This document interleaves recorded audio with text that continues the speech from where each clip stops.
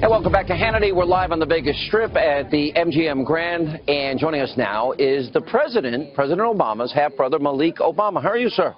It's an honor to meet you. Likewise. You doing okay? I'm doing pretty good. All right, In fact, great. You doing great? I'm doing great. I'm a big critic of your brother.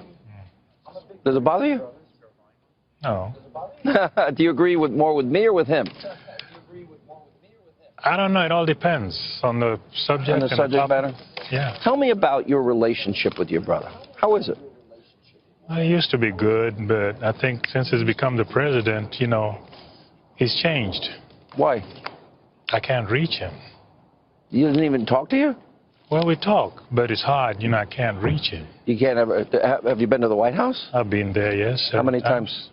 Almost every year. Once a year? What, do you get invited to a Christmas party? I have to fight to get in. You have to fight to get in? He doesn't invite his brother? He's my brother, so wait a minute. He once said we got to be our brother's keeper, didn't he? I know.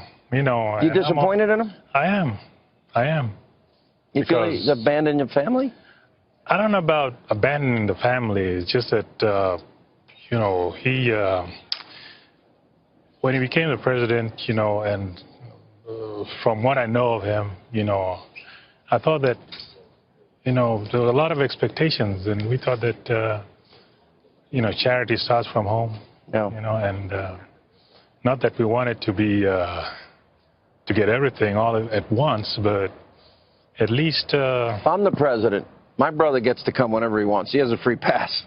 That's just the way family is. Well, I know John F. Kennedy, he had his brother, right there. Robert Kennedy, right there. Yeah. So I thought that maybe, we could, be a family and just you're hurt.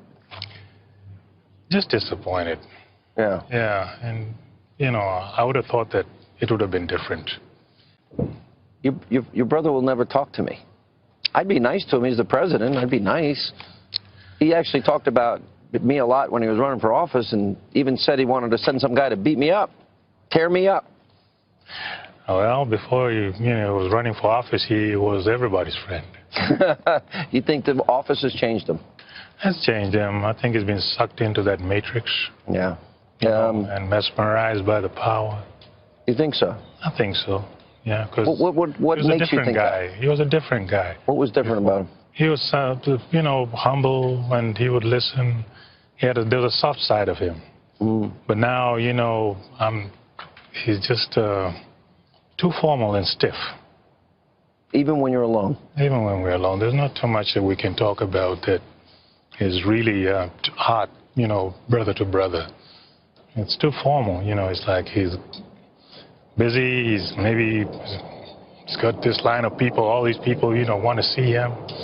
So it would have been nice if, let's say, maybe I could go and have dinner with him, and then... So when you do see him, how long are you talking to him for? Maybe 15 minutes. That's it? 20 minutes. That's got to be disappointing. How do you feel? I always give out numbers. I don't think he's done a good job.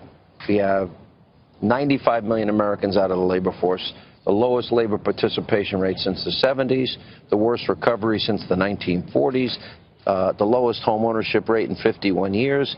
Since your brother's been president, 13 million more Americans on food stamps, 8 million more Americans in poverty, and he once said $9 trillion in debt is irresponsible and unpatriotic. We almost have 20 trillion.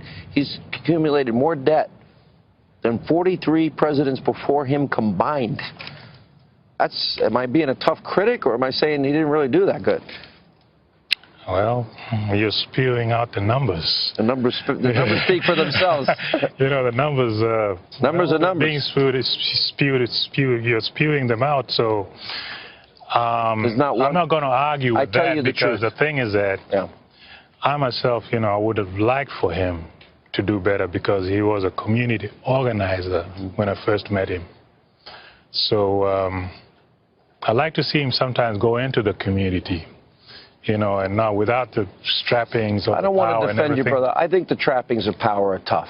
You're a president, you get isolated, but I think it's all the more reason to bring your family closer, to keep you real, keep you grounded. Which is true. I have an idea. Why don't you and I will make a call. You'll take your call and you say, I'm with my buddy Hannity. We want to come see you and keep you real. What do you think? I don't know, because the security and everything going through. No, they can. I'm not bringing anything in with me. I'm good. I'm not. I was out there. I'm going to respect the office of the president. I was in there one time. Yeah. And going out, I see a Marine. You know, there's a Marine out there. And he was the coolest guy. Semper Fidelis. Yes, sir. And I thought of the Queen and, you know, the God and the gods out there in the Windsor Castle and everything. Right. And I wanted to take a picture with him, just to have a picture with him. And my brother said no. No? And I don't know if it's a security thing. He's the president. If you wanted the picture, you could have had the picture. You know, it's just a simple thing like that. So, and I've tried to get friends just for him to shake hands with and know, okay, these are my friends. I bet if you played golf, you'd see him more often. He plays a lot of golf, you know. Oh, yeah. What is your future? Who are you going to vote for in this election? Mr. Trump. Why Trump? He built a fantastic business empire. And I don't see why he can't do that for the country. I hope he could. You know? The country needs help. Another thing is that the Republican Party is the party of Lincoln. Lincoln freed the slaves. It's also the party that Lyndon Johnson counted on to pass the Civil Rights Act, the Voting Rights Act, because people like Al Gore's father and Hillary Clinton says her mentor, Robert Byrd, who was a former Klansman, she says, he's my mentor, because they filibustered and went against the Civil Rights Act and Voting Rights Act. Okay, I'm not really sure I know about that. No, I'm telling you. I know my stuff. I'm a professional. Another thing is that George W. Bush, he reopened the immigration case for my aunt. I remember that. Yeah. You know? And you appreciated that. I really do. You know? Very nice to meet you, Malik. God bless you. You're welcome. And if your brother wants to invite us, I'm willing to go, okay? You're on. All right. Stay right there. Thanks a lot.